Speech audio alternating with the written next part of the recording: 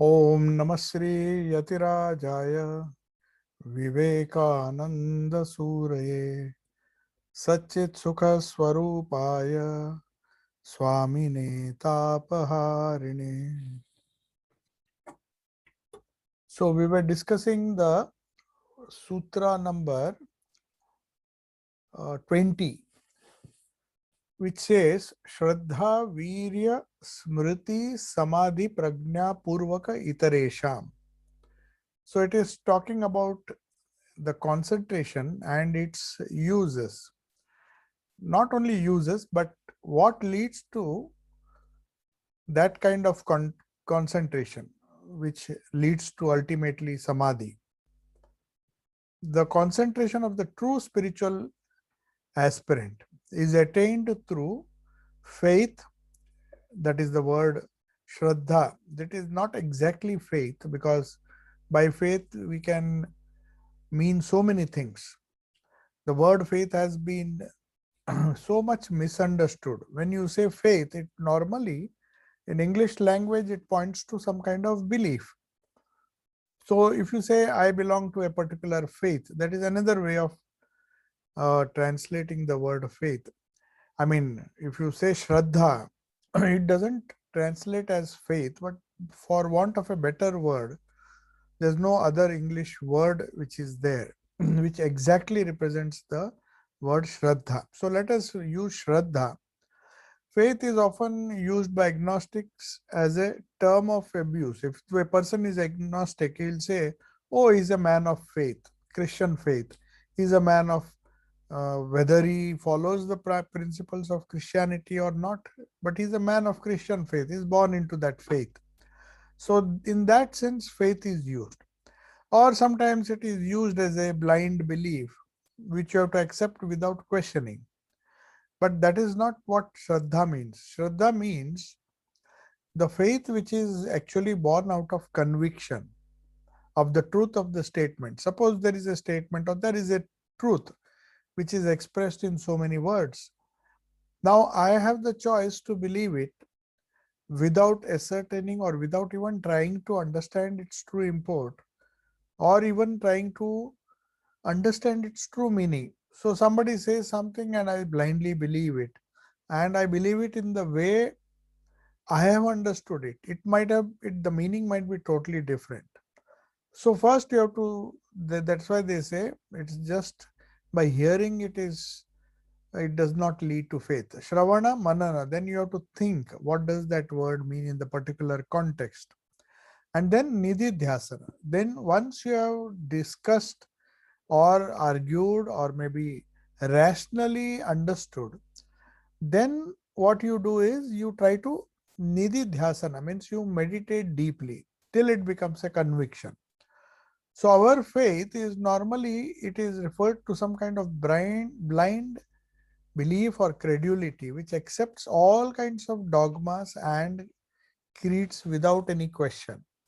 So I say I am a man of Christian faith or Islamic faith or a Hindu faith, and repeating parrot like, of course he doesn't just claim that he belongs to a particular faith. He remembers some of the, if not the whole scripture of that particular faith, and he can often quote it. Or if he has attended sermons or if he has attended some talks, then he memorizes a few verses and then or reads a few verses from the scripture and says, I belong to this faith, that's why I have faith in whatever this book says. So we just close our ears to doubt and reason. We don't even doubt. But if you see most of the scriptures like Bhagavad Gita, they insist on clarifying the point they have made. So every verse is a clarification of either a previous verse or something referred to earlier. So that such faith is not good, which accepts anything and everything without questioning. It is compounded, it is a compound of, you can say, laziness, obstinacy, ignorance, and sometimes fear. You may ask, what is the, how these four things? Laziness we understand, because if one is lazy to think, then he will accept whatever he is told. Obstinacy means you know it is wrong, but you are obstinate. Because I am born into this faith, even if 100 times it is proved to be wrong, I will still obstinately uh, try to hold on to that truth. I would not say truth. If it is truth, then it is fine. Then obstinacy is real Shraddha. But even if it is not the truth, to hold on to certain things wrongly understood, maybe one believes in the scriptures, that is fine. But after believing, if he blindly accepts it without even trying to understand the true meaning, then it is obstinacy. Then how does ignorance come? Ignorance, of course, can come because of several reasons. One of because of wrong perception or maybe wrong understanding of the world. And finally comes fear. So fear can be of various kinds. Fear of being exterminated from that faith, that is one fear. So I know that if I don't follow the tenets and then go to the church or go to the mosque or go to the temple in a particular way, because some of the people who belong to that faith would have insisted that unless you attend these regular masses or prayers and all these things, then we will review your membership and not make you eligible as a member of the church. So if you have to be a member of a particular church or a faith or a sect, then you have to conform to the some of the dogmas which they preach in the name of religion. So that fear of being, uh, I mean, removed from the faith, if you are formally associated with any religious organization or maybe religious faith or a particular church or a monastery or other things, that fear of being rejected if one does not follow without questioning the rules of that particular sect. So it is rigid, and because it is rigid and unyielding, it can easily be shaken and destroyed. So some powerful person comes and shows that what you believed is just a dogma, then your faith will be shaken. So that is not true faith. The faith which is recommended in our, especially by Patanjali here, is provisional. Provisional in the sense I will accept it subject to the fact that I will try to understand it at some later stage when I get a proper person or a guru. True. So it should be provisional. I accept it provisionally till it is made clear. It should be flexible and undogmatic. It should not be dogmatic that I am not going to change, or open to doubt and reason. It should not. It's open to doubt and it should be open to doubt and reason. So true picture, the comparison is given. It's not like a frame, a permanently limited area of acceptance. That is, there is a frame, and within that frame, the picture should be there.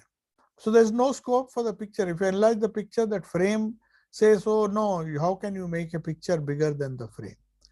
Whereas Swami Vivekananda once said, I found Sri Ramakrishna to be growing in ideas. Every time I saw Sri Ramakrishna, he was something more than what I thought he was. So he says he is not a person, he is a phenomena. That is the word he used. And the same thing Christopher Isherwood, he begins his biography of Sri Ramakrishna and his disciples by saying, I shall be telling you a story of a phenomena. It's something unique in the history of religion. That Swami Vivekananda says, I try to meditate on Thakur, or I try to understand or comprehend the greatness of Thakur or Sri Ramakrishna, and he seems to be growing in ideas. Oh, Sri Ramakrishna said this, then I suddenly come across some other teaching which far supersedes that. So he takes uh, the spiritual aspirant like a small child is taken through various stages. He accepts the kindergarten, he accepts the first standard, it takes him through various stages, and finally takes him to the ultimate goal. So he accepts all. So people belonging to different faith who are at different stages, it's like a step theory. You are on the third step, So perhaps you can communicate with the person on the third step. Perhaps the person who is on the sixth step would be difficult for you to even communicate because you have not reached that stage. So Sri Ramakrishna believed most of the ideas that he expressed. He was so liberal that he said the person on the first step is the person. Once he reaches the top, when he comes down, he sees, oh, whether you are on the top step or the bottom step, the material is made of the same thing. So in essence, it's different interpretations, but at the same time, there are different stages. So it is not like a frame which is fixed in size. As the image of Thakur or as his ideas grow, he seems to be growing in ideas. That is what Swami Vivekananda said. And for that reason, he did not want to put him in a frame and preach him in the West. The Gurubhais misunderstood him. So when he came back to India, he said, you have forgotten Thakur. You see, in spite of their wonderful devotion to Thakur, they even believed, some of them at least, that Naren has perhaps after going to the West, he wanted to preach his own philosophy, as in the process he has forgotten Thakur. So that was a big shock to Narendranath. So he then mentioned this. First of all, when Yogananda said this, he started, first he scolded him. He said, do you think you have known Ramakrishna? Sri Ramakrishna, do you think you have known him? And do you think I don't know him? But by his grace, he said, uh, Sri Ramakrishna can create hundred thousands of Vivekanandas, but this time he has chosen me. It is my fortune. I do not deserve it, but it is my fortune that he chose me this time. So don't argue with me. So he got terribly annoyed and angry on Yogananda. But afterwards he started weeping. Then Brahmananji realized now he is becoming very emotional. And so Sri Ramakrishna had predicted that the moment Narendranath knows his true self, his true nature, he will not stay for a single minute. Somehow he had to be covered with lot of Maya. And the Maya came in the form of troubles. So every time trouble came, it was like mother playing a trick that keep him engaged in this fighting the uh, false enemy. The Maya is known as a false enemy. We are actually fighting that Prakriti, which through its appearance, through its mysterious way of transforming a real thing into unreal. So Shankaracharya very clearly explains Maya as not some magic or something. It has a strange property that a thing which is unreal seems to be real to you. So or a temporary thing appears to be permanent to you. So you run after it, thinking it will give you permanent happiness. Then you say, when you reach it, you find, oh, this has a temporary value. It cannot last permanent. Then you go for a higher permanent, more permanent thing. Still you realize that is not permanent. So maybe it takes several births to reach the truth, the eternal. So that's why Sri Ramakrishna, Swami Vivekananda said, he was a unique person whom I saw growing in ideas all the time. So if I say, Sri Ramakrishna, you said this, he will say, but I have also said this. So has that capability of climbing steps. As soon as you are on the top, then he will produce some more steps and he'll show, no, you can go still further. So that is why when Swami Brahmananda said, when somebody asked him, you have reached Nirvikalpa Samadhi, why do you now, by the grace of Thakur, then why do you do so much japa and sadhana? You can just enjoy the bliss of that. He says, oh, who told you Nirvikalpa Samadhi? There are so many Sri Ramakrishna's. By Sri Ramakrishna's grace, I have understood that there are far spiritual journey begins with Nirvikalpa Samadhi. Then there is a vast amount of spiritual experiences which I have not exploited or experienced. And I want to experience that. That is, that spiritual hunger is growing in me. The more I eat, the more I enjoy spirituality, the more it attracts me. I want higher and higher things. So this growing in ideas is is very common characteristics of a person in true faith. So you cannot blame, because there is a tendency that the guru first explains to the disciple what he can understand, and then he says something higher when he finds the disciple has progressed. And then he says, then the disciple should not be confused that what was said earlier, it's now something else my guru is telling me. The classic example is given in the Upanishads. So a disciple goes and asks his guru, I have come to you for Brahma Gyan or Mukti or Moksha, whatever it is. So he said, and here are some cows. There were some 100 or 200 cows. He said, you take it. Cows and buffaloes, I'm not buffaloes, cows and there were other bulls and other animals in that flock. So he says, you take these, and when the cattle, they were cattle. So when the cattle, the number of cattle becomes 1,000, you come back. So this was the first step. So what the guru said, he didn't want to make him a cattle rearer or something like that. But he said, you do it.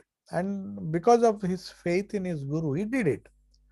And then he said, after a few years, he worked very hard, fed the cows, and saw that they became 1,000. And he says, Guru, now I have done exactly what you have said.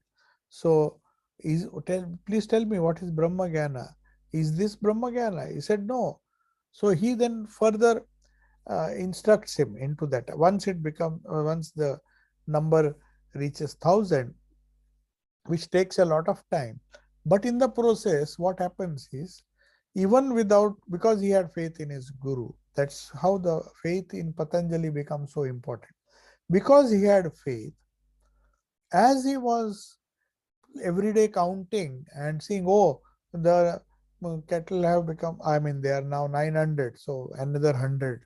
So he patiently waited. In the meantime, because of his faith, because of his karma yoga, the mind became purified. And certain animals, certain natural, nature started teaching him. The fires gave him some lessons. So he just had to look at Prakriti and he got a different interpretation. He got a different, higher idea of Prakriti and did not accept it the way he accepted when he was a novice. So he found many of his answers were actually given by Prakriti herself. So when he came to the Guru says, your head is shining. Your face is shining as if you have become a Brahmagani. What more should I tell you? Then he chants the Maha Vakya and he gets Mukti. That is how the story goes. So the true faith is faith which does not rest after doing exactly what the Guru says. The Guru just gives you the bija or the mantra. So it is like a plant which grows, keeps on growing, throwing forth shoots and still growing.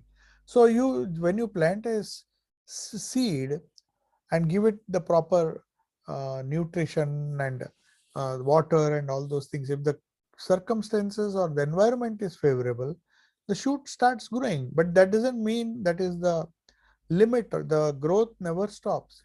So in the beginning, all we require is a seed. So bija, faith in mantra, is something like this seed. Holy Mother used to give a wonderful example. He said, even a banyan seed is so small. And we think after repeating say 1,000 times, oh, nothing has happened. But just see, can you just force a sprout to come up? You give it water and say, tomorrow I want a big tree. It's not possible. So faith grows. Faith is something compared to a growing tree. So one of the most important characteristics of Shraddha, I'm not talking of faith. Faith is misunderstood. So Shraddha, one of the main characteristics of Shraddha, that it keeps on growing. You get better and better ideas. So that is why they say, after taking the bij or the Guru mantra, there are so many Bengali songs. He says, I got the seed and I'm nurturing it so that it grows into a big tree. So that's why, what do you mean by nurturing? By nurturing, we mean that we repeat the name, go on repeating, and as we go on repeating, our faith increases. Maybe in the beginning your faith is weak, and you may say, I have been repeating, and we lose patience. But one should not lose patience. The more you repeat, the more the seed grows, the bigger the tree grows. Then you will find that, oh, I have to give more water. I have to nurture this seed. The seed is, of course, now sprouted into a small plant, but it has to grow further. It has to become a tree. So, and the seed need be nothing. In what does this seed mean in spiritual life? This is the example of biology I'm giving you, or botany, where how we just, but how does it translate in our day-to-day life? So it may begin, one need not even take Diksha, but to begin with, it may just begin with faith, a feeling in interest of possibilities of spiritual life. Okay, I tell somebody at least listens. He does not dismiss it, saying that, oh, it's a matter of your faith, you follow, I don't care. There are such people who said, just it's not the time for me, let me be practical. I don't want your nonsense, you just go. But the faith begins when you even show some interest in the possibility that, okay, if it is possible, if it really helps, then I'm ready to do it. I'm ready to give it a try. So people start with that. Perhaps we read a passage in a book or some quotation which suddenly moves us. You see how it acts is with the power of vibration. As I told you, when you get the March and April issue, it will be there on the website also. Ashok Anandji has written a beautiful article. So we are publishing the first 10 pages, and the May, June, which will follow soon, we'll have the remaining 14. So it's a 24-page article which shows how vibrations impact us. We, just as we carry the negative vibrations of people around us, we can be benefited by the positive vibrations of the people. If we don't have positive vibrations, we can perhaps read some books. So somebody reads a passage in a book and it induces similar vibrations. The person need not be near you. You need not have satsang in the immediate proximity. That's why we are asked to meditate on photographs, or we keep some memory of the person whom we revere. Even a person, if he wants to become a good cricketer, he will have some posters of some great cricketers whom he idolizes, and he meditates on that, and that inspires him. How does it inspire him? Because if his mind is full of thoughts of a particular sport, then he tunes his mind to those particular thoughts. And whoever in the world, in the past, present, and even in not the future, but in the past, has thought these thoughts, that those vibrations come and vibrate with that person, and that is how he gets inspired. So also, whatever we want to cultivate, suppose we are getting angry, suppose we are getting jealous, suppose we want, then we have to avoid direct or indirect contact with such people. How to avoid? Nirjanvas, the same thing, we come back to the gospel. Satsang or Nirjanvas, at least Nirjanvas, if not Satsang. So Nirjanvas, what it does is, it doesn't contaminate, at least by giving negative vibration. Though it, for positive vibrations, one has to work a bit hard. But the moment you repeat the bija, it starts getting automatically, we read a passage in a book and it moves us. Somebody else's thoughts come, then you get clarity. When you get clarity, remember, it is the cosmic mind which is contributing to your clarity. Otherwise, how can you explain the clarity? You had understood it wrongly yesterday, but today you are getting better light. How does it happen? Nobody has taught you. No guru has interfered physically, or no teacher has interfered, but you still, had read it earlier, now you read it after 5 days or after a year, then you find, oh no, see how foolish I was, this is not what the author means, this is what he means. So then when it develops, he says, faith may begin with a small passage and you hold it dear. In childhood we read so many things. I have posted a wonderful teaching. I'll just view it is an excellent example. I posted a beautiful photograph of Those who are in the WhatsApp group, obviously all of you are there. I posted a photograph of our 15th, 16th President Maharaj, 16th now, Srimad Swami Smarananandji Maharaj. So when he was a young boy, he remembers he had read a poem where the poet says, I'm happy with just taking one step at a time. So he didn't realize, because as children, as ignorant people, we don't know what is the fun in taking one step at a time. We are so enthusiastic, we just want to finish the journey right now. So in the childhood, perhaps that breaking or telling a person, take just one step, don't run, it disturbs the child, in the spontaneous desire to just finish as much as possible. So that inclination is always there in the child. But he still advised, take one step at a time by the older people, the wiser people, because they have more experience of life. The child says, no, I'm not going to listen to you. I will take 100 steps. If this doesn't work, I'll take something else. If that doesn't work, I'll take something else. I'll just run about. You just keep quiet. You are old. You just are dampening my enthusiasm. So that is what happens. But the thing is, uh, President Maharaj says, Smarananandji Maharaj, at that time he didn't understand. He just dismissed it. It's a poetic fancy. Okay. But when you see, that is how Prakriti teaches. That is how the cows taught, the animals taught him, the trees taught him. So Prakriti, if we go with a very creative mind, with a spiritual, if a spiritual seed is planted in our minds, then we see Prakriti in a different way. We just don't go to enjoy nature. We learn a lesson from even the insignificant ant or the insignificant swan which swims in the water. We learn from objects. We learn something from the stone. Thakur used to say, when he saw a fossil in the museum, then he said, what is this? They said, it is a stone. Then he says, how there is an imprint of the leaf on this stone? As if the leaf was, then they explained to him, this is a fossil. Because of the impression of the leaf, thousands and millions of years ago, what has happened is that imprint has remained. Now it has fossilized. So then Thakur says, oh, right, right. And then it struck him.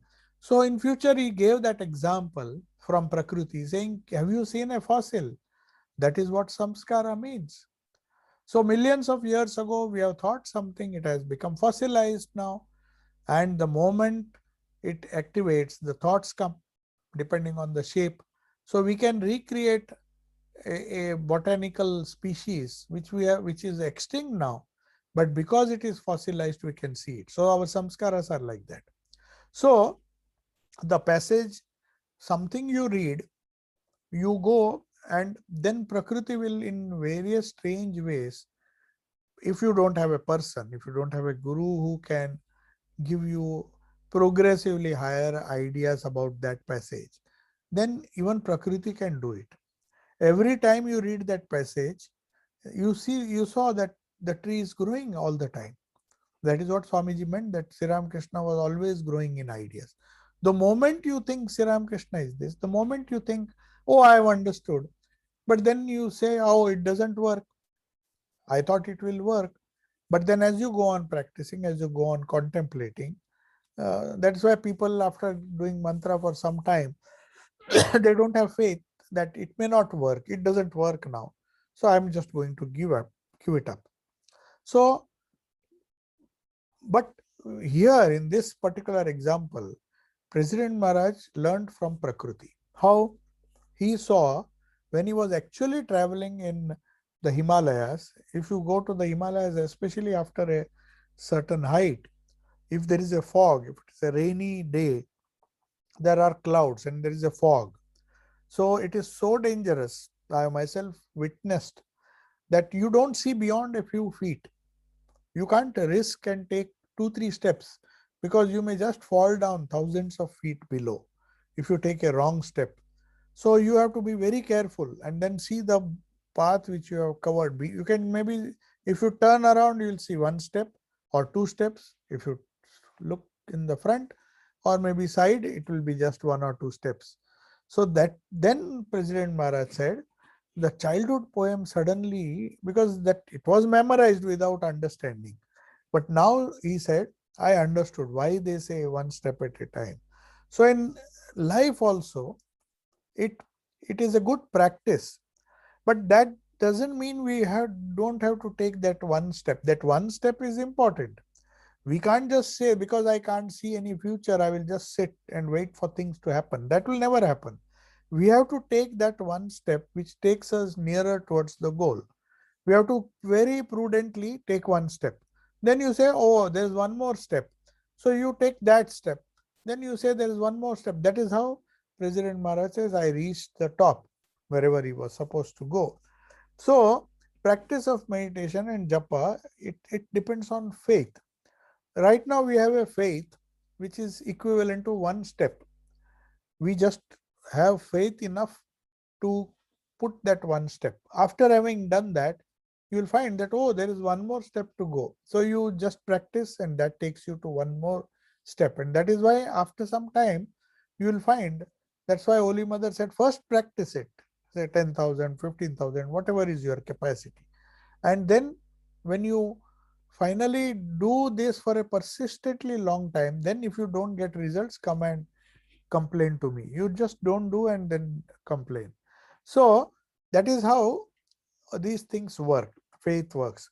Perhaps we meet someone, first we start with somebody's passage, some book, and we just go on searching. Is it true? Is it true? Is it true? Then suddenly a person comes who has reached some degree of wisdom and tranquility through the practice of meditation and spiritual discipline. So he tells, yes, what you read is true, and how it is true, why it is true.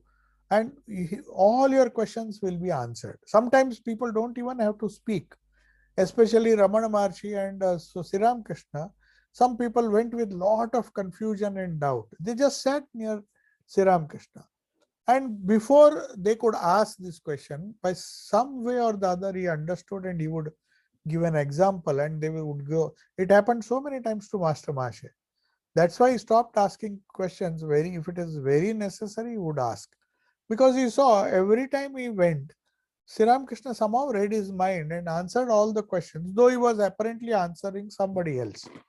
So maybe we start with a faith, we just see one step and we become interested. That itself is faith. It is a sprout which has come. Maybe this is a solution for our problems. That faith comes. Then we do it a little more. We do the japa, we do the prayer, we do. And then we are not sure, because now we are seeing only one step. But, and President Maharaj says, we ought not to think beyond that. So planning for a very distant future is not the solution. You may have a rough idea or plan of the future, but you take up one step at a time, strengthen yourself. Then you will find there's another step, one more step you can go, strengthen yourself. So we can't be sure, we should not be sure of the future at this stage, but at least we can try that one step. That is the idea of faith. So I took some time explaining uh, explaining this idea of faith, not faith, Shraddha. Let us stick to the Sanskrit original. Shraddha means faith with conviction. Now, suppose you are going, another example is given. You go to the doctor and you say, I go on questioning him. See, he's a man of wisdom. He knows the thing, how it works, and he doesn't have to tell you all the reasons, because you will not perhaps understand why he's prescribing this drug. If you go on asking him, then you'll get more confused. But you just take it. And if you follow the instructions, you can regain your health. We don't have to, this is known as hypothetical faith, but still it is a kind of faith. But it can be Shraddha if you have conviction or faith in the power of the guru or the doctor. In this case, the patient will have power in faith in the power of the doctor. So sometimes even placebos work. There are instances where just plain placebos were given to the patient, and because the doctor's name and reputation was there, uh, it worked. So some psychosomatic diseases which can be cured through just placebos. That's why good doctor normally will try to see if the mind can heal. Some people say the homeopathic medicine itself works as a placebo. That is what Swamiji's opinion about homeopathic, and he was so fond of homeopathy because he was interested in Dr. Mahendralal Sarkar, how he got transformed from an allopathic doctor to a homeopathic doctor. So though homeopathy works, of course they have some science, definitely there is a huge science behind that, but it is more of the science of the mind. That's why whenever our homeopathic doctor he used to spend hours and hours. We used to get, our problem is simple. Why don't you just see the diagnose it and give a simple medicine? He says, you come after this, you fill this form, and you'll have to so many mental conditions. So many questions will be asked. That shows that our diseases, even a simple disease, has a complicated origin.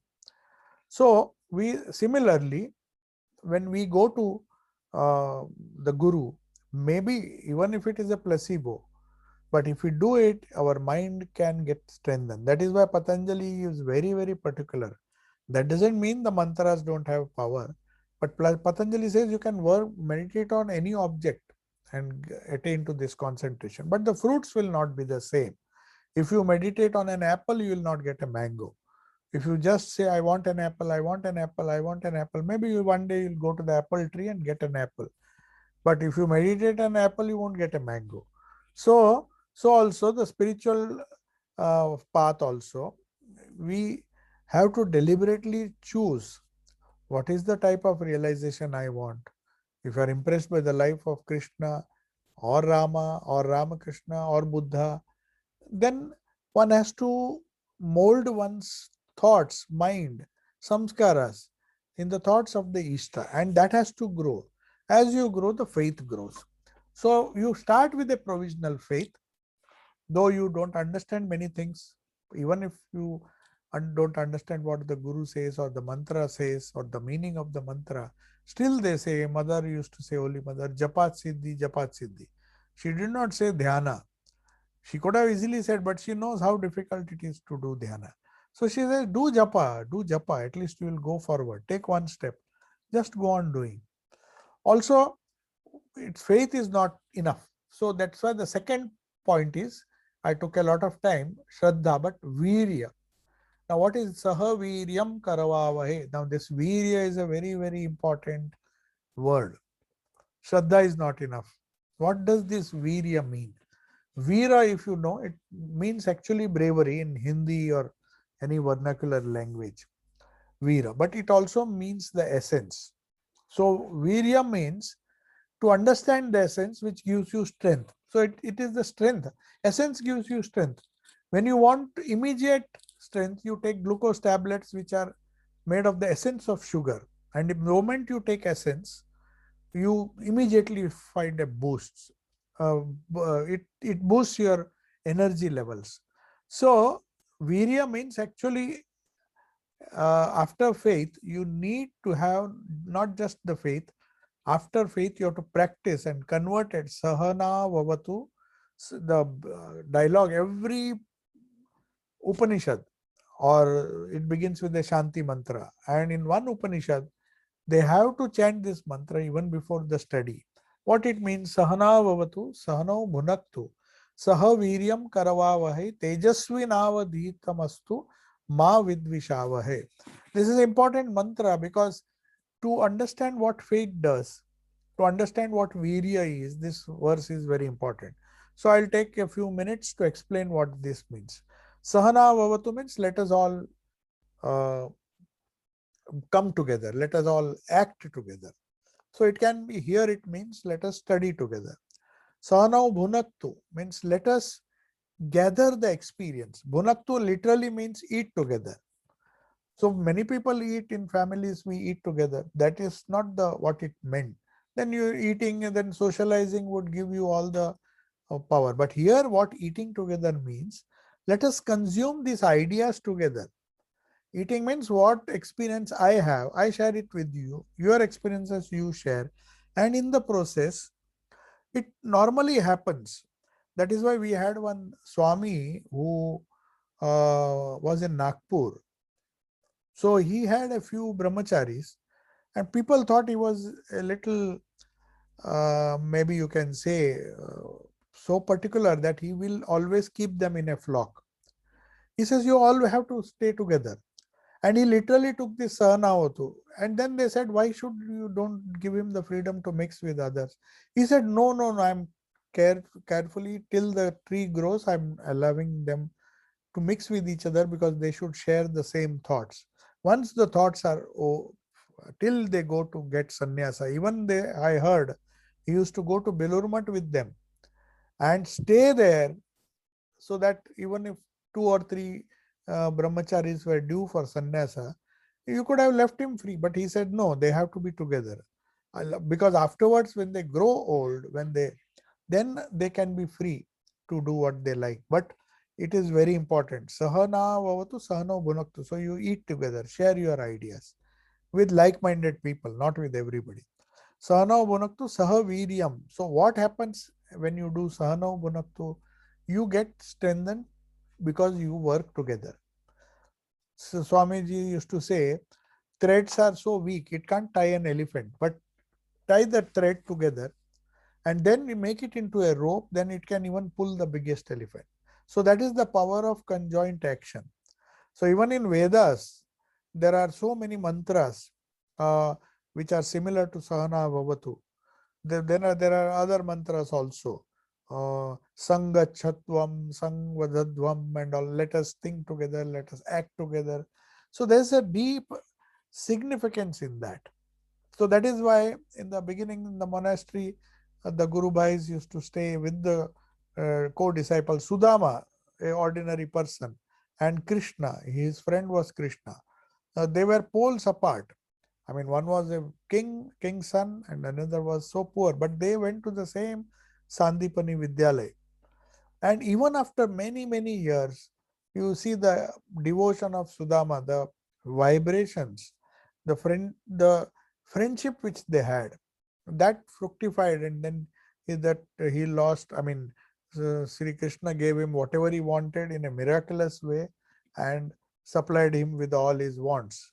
So you see, that is why they say we begin with provisional, but the sahaviryam, sahana vavatu, sahana bhunaktu, then you get sahaviryam, you get strength together. Tejasvinavadhitamastu. So our study becomes more strong. Study becomes more strong means more powerful. Tejasvi, we become strong, we become bright, we become strong. How? Because we have put our thoughts together. Some person gives you some idea, another person, but it is similar, but it is complementary to each other. It's or it complements what you have understood yourself. You get another side angle, and even though the idea is same, the phrase is same, but your meaning changes. That's why they say tejasvidhavadhitamastu ma vidvi. The last one is very important. You see that this is what the British government nor any government who ruled other, they divided and ruled. So that is so important. Even if we had just remembered Sahana Bhavatu in our system of education, India would not have been ruled by foreign powers. They forgot, let us not hate each other. I mean, let us not spoil our energy by negative thinking. That is what happens. We live in a group, we live in a society, though we can live alone, but some day or the other, or some proportion of our life is spent in a group. If at all we spend in it in a group, then we have to remember that we should not ma vidvishava. Let us not hate each other, because if we hate, then our energy gets divided. So let us complement each other, let us support each other, let us help each other.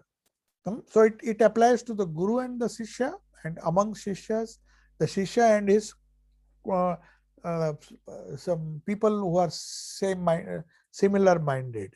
You see, it all boils down to that. And don't think it is only the existing people who one should have. This mantra was said by, when it is chanted, you get the help of like-minded people who are no more existing. They are also your Guru Bhais in some way or the other, though they must be very senior. See, for example, Vireshwaranji Maharaj, he had more than 90,000, at least 90,000 disciples. So the first disciple and the last disciple, the age would have been 3 generations or 2 generations at least. So most of the youngest ones, the last ones who got Diksha, like me, before me, I think there were many who would have been even my grandfather's age, who would have taken Diksha from him. So you will see that their vibrations, whether they live or not, it may look a little strange, but it is true.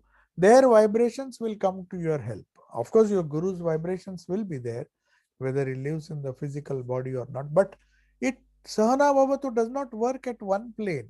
It's not just between the Guru and Shishya who are in uh, physical touch or physical contact with each other. No, it goes beyond the physical. It goes into the subtle realms, and from there, from the subtle or the causal level, wherever they are, the help comes. The Sahaviryam happens.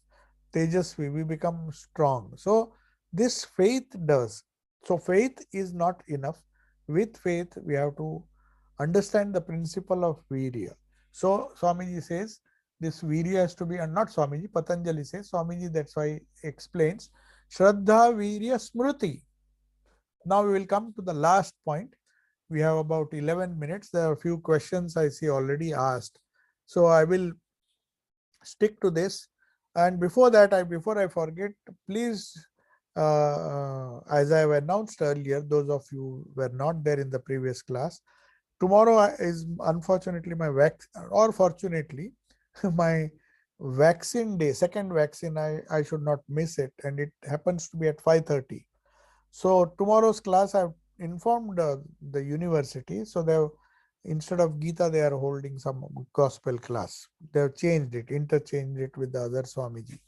So I will not take, and if there are some after effects, if after taking the vaccine I feel unwell, then maybe I will in advance inform you, and I might have to take a rest for the Sunday class. But that is not sure now. Hopefully I don't have. Last time I had a reaction after I took the first dose. I had a fever. So let us hope the second dose is, I have milder reactions. Then perhaps I might take class. But definitely I'll inform you before noon tomorrow, on Sunday. So then we come to Smriti. So Smriti is a wonderful. Why Shraddha, Virya, and then Smriti? Why Smriti? So there's a beautiful verse. Kratosmara, Kritosmara, Kritagung smara. Means it's the same thing. When you repeat it twice the Upanishad says Kritosmara. It is there in the Isha Upanishad, one of the most famous, short but very important. Why Kritosmara?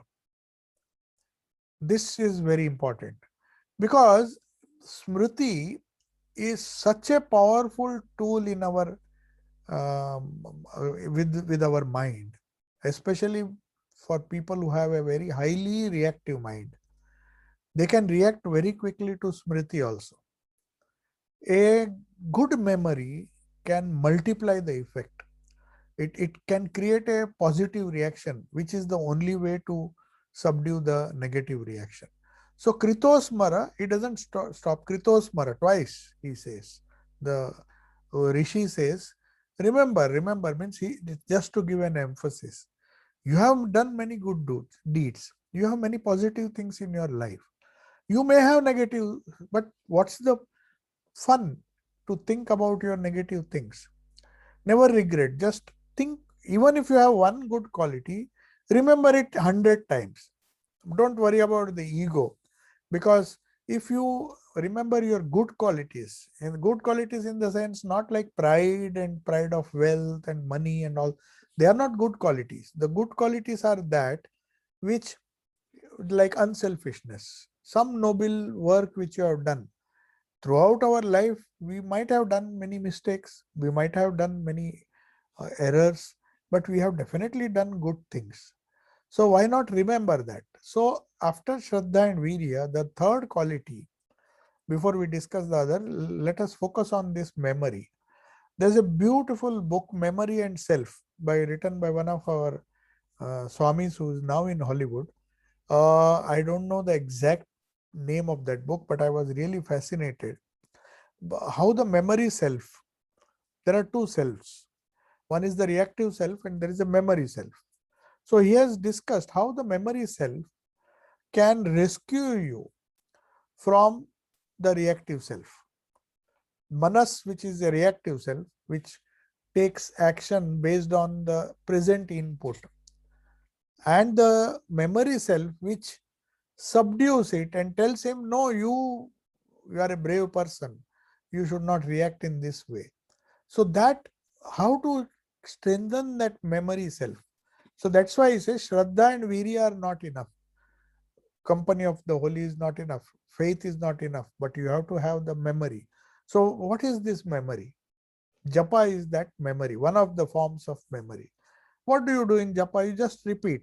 Every time you repeat, you emphasize that I am strong, I am protected by Sri Ramakrishna, I am full of knowledge. But still you feel stupid. Many times you feel stupid and you feel, oh, this mantra is not working. This, but still you have to give up, not give up this smriti. He says this mantra, in many occasions, this mantra has done good things. So let us recollect what good things have happened when I repeated the mantra. I got peace of mind at least once in my life. Many times it has happened, but many times it has not succeeded. But if it does, if we keep the memory of the number of times it has not succeeded, instead of that, think of the positive side, that these many times it has succeeded. So that smriti becomes very important. So faith, energy, and recollectedness. Smarana, Nama Smarana, that is why it is known as Smarana. It has come from the word Smriti. Smriti becomes Smarana. So Nama Smarana, these Sanskrit words are so powerful. Ki Smriti is a wonderful tool. So we have to go on. It may look mechanical, but you have to repeat. You may call it auto suggestion, you may give any modern name. Now the psychologists will tell you so many things.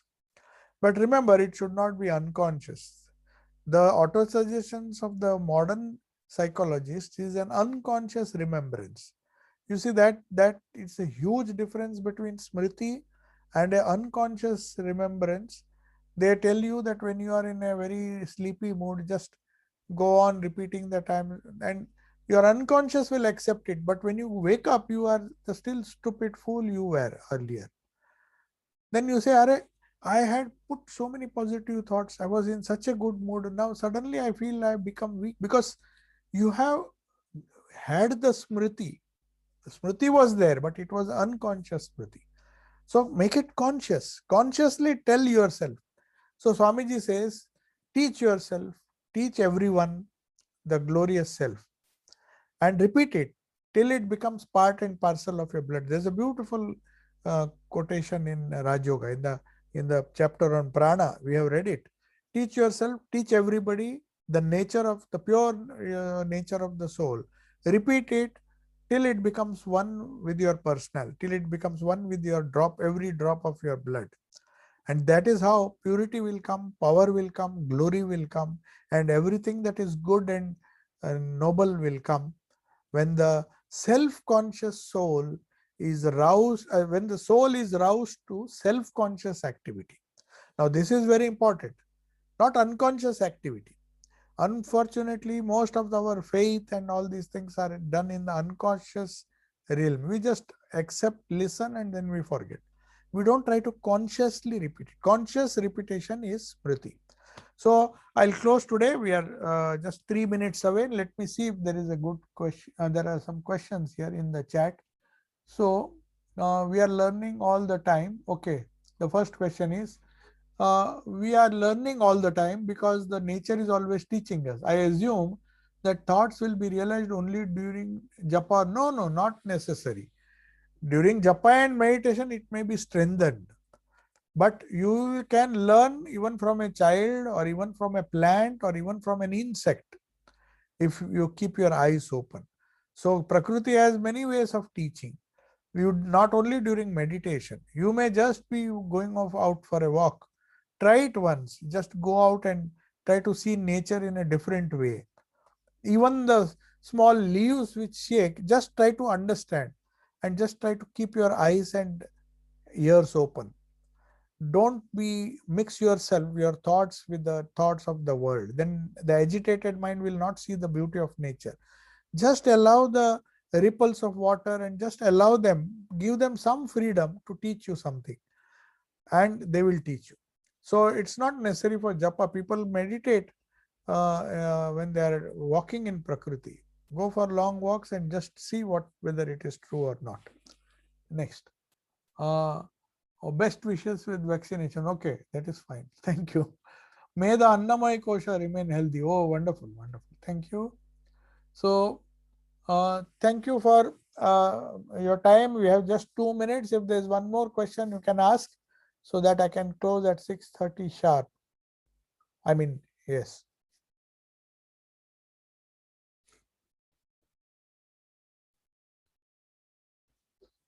But the next, I'm deliberately not completing this sutra, because the second part, Shraddha, Virya, Smriti, we discussed. Samadhi Prajna Purvaka Itaresham. Now, Prajna Purvaka is very important. So, we will have to take one separate class for that. So, that is verse number 20. Prajna Purvaka. You have to remember. Prajna is, there is a, I'll just close. There is just 1 minute. So, let me tell you. There is one term in Ayurveda. If somebody falls sick, you know what the doctor will say? Oh, there has been some prajna aparadha. Prajna aparadha means mistake or negligence in prajna. So what do you mean by negligence in prajna? So what it means is 99%, you'll be surprised to know how much importance they give to conscious living, a conscious living. So unconsciously, whatever you do can lead to disease. So the root of disease, they say prajna, is prajna aparadha. Aparadha means fault. You allow your consciousness to go to the subconscious and then surrender to the reactive mind. That is, then all your problems start. Stress starts. You don't have to study any psychology. Prajna Parada, Ayurveda says this, and this is Charaka's beautiful book. I mean, in the verse, I forgot the exact verse, but he says all the diseases have their root in Prajna Parada. Then you can blame Corona and all those things, but that is later on. The immune system gets a big beating by this Prajna Parada. So, we conclude now. Om Shanti Shanti Shanti. Hari Om Tat Sat. Sri Ramakrishna Arpanamastu. Thank you, Maharaj. Namaste. Thank you, Maharaj.